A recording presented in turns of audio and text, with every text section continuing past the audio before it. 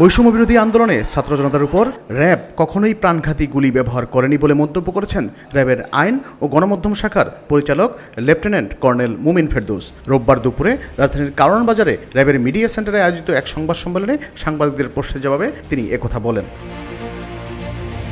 পুলিশের 90 জনেরও বেশি কর্মকর্তা এজাহারভুক্ত আসামি। র্যাবের মধ্যে এমন কেউ আসামি হয়েছে কিনা জানতে চাইলে তিনি বলেন, আমাদের র্যাবের কোনো সদস্য পালিয়ে যায়নি। অন্যান্য বাহিনীতে হলেও র্যাবের কোনো সদস্য কর্মবিরতিতে যায়নি। র্যাবে 8টি বাহিনী থেকে সদস্য আসে। র্যাবের 10,000 সদস্যের মধ্যে প্রায় 44% পুলিশ বাহিনী থেকে এসেছে। র্যাবে কোনো সমস্যা ছিল না। ছাত্র জনতার উপর র্যাব কখনোই মরণাস্ত্রের গুলি ব্যবহার করেনি। আমরা ছাত্র জনতার আন্দোলনের সঙ্গে ছিলাম এবং অভ্যুত্থান সফল করতে কাজ করে যাচ্ছি। বৈষম্যবিরোধী আন্দোলনে গণহত্যায় জড়িতদের গ্রেপ্তারে র্যাবের ভূমিকা জানতে চাইলে লেফটেন্যান্ট কর্নেল মুমিন ফেরদৌস বলেন, বৈষম্যবিরোধী আন্দোলনের 5 আগস্টের পরে এখন পর্যন্ত র্যাব 1070 জনকে গ্রেপ্তার করেছে। এর মধ্যে সরকারের উচ্চ পর্যায়ে 39 জন রয়েছেন। পাশাপাশি অস্ত্র হাতে ছাত্র জনতার উপর গুলির ঘটনায় 15 জনকে গ্রেপ্তার করা হয়েছে, যাদের ভিডিও সামাজিক যোগাযোগ মাধ্যমে ছড়িয়ে পড়েছে।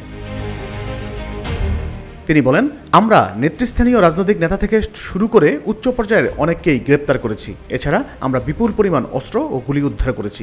র্যাবের কাছে কেউ যদি কোনো তথ্য দেয় তাহলে সেটা অবশ্যই ব্যবস্থা নেবে র্যাব। র্যাব সবসময় সাধারণ মানুষের পাশে আছে।